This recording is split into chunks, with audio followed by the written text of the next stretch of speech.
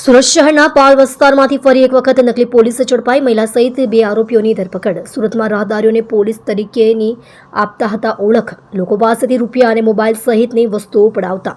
પાલ police સ્ટેશનમાં નોંધાયેલા ગુનામાં બંનેની ધરપકડ. સુરતમાંથી ફરી એક વખત નકલી પોલીસ ઝડપાઈ છે, જેમાં મહિલા સહિત 2 આરોપીઓની ધરપકડ કરાઈ છે.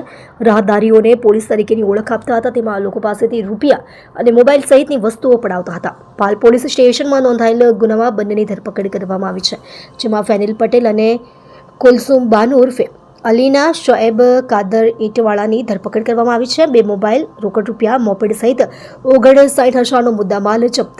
2 મોબાઈલ, રોકડ રૂપિયા, મોપેડ સહિત 59,000નો મુદ્દામાલ જપ્ત કરાયો છે, જેમાં પોલીસ તપાસમાં અન્ય ગુનાઓ અંગે ખુલાસાઓ થઈ શકે છે. તેમજ અગાઉ 16 લાખમાંથી વધુની લૂંટની ઘટના ઘટ્યા બાદ શહેરીજનો અને ધંધાદારીઓમાં ફફડાટ ફેલાયો હતો, જેમાં વરાછામાં એક આંગણિયા પેઢીમાં કર્મચારીઓને નકલી પોલીસે લૂંટી લીધો હતો. નકલી પોલીસે નકલી રોફ બતાવીને 16,50,000 રૂપિયા પડાવી લીધા અને ફરાર થઈ ગઈ હતી. આ સમગ્ર ઘટના સીસીટીવીમાં કેદ થઈ ગઈ હતી, જેમાં વરાછા પોલીસે ઘટના અંગે તપાસ શરૂ કરી છે.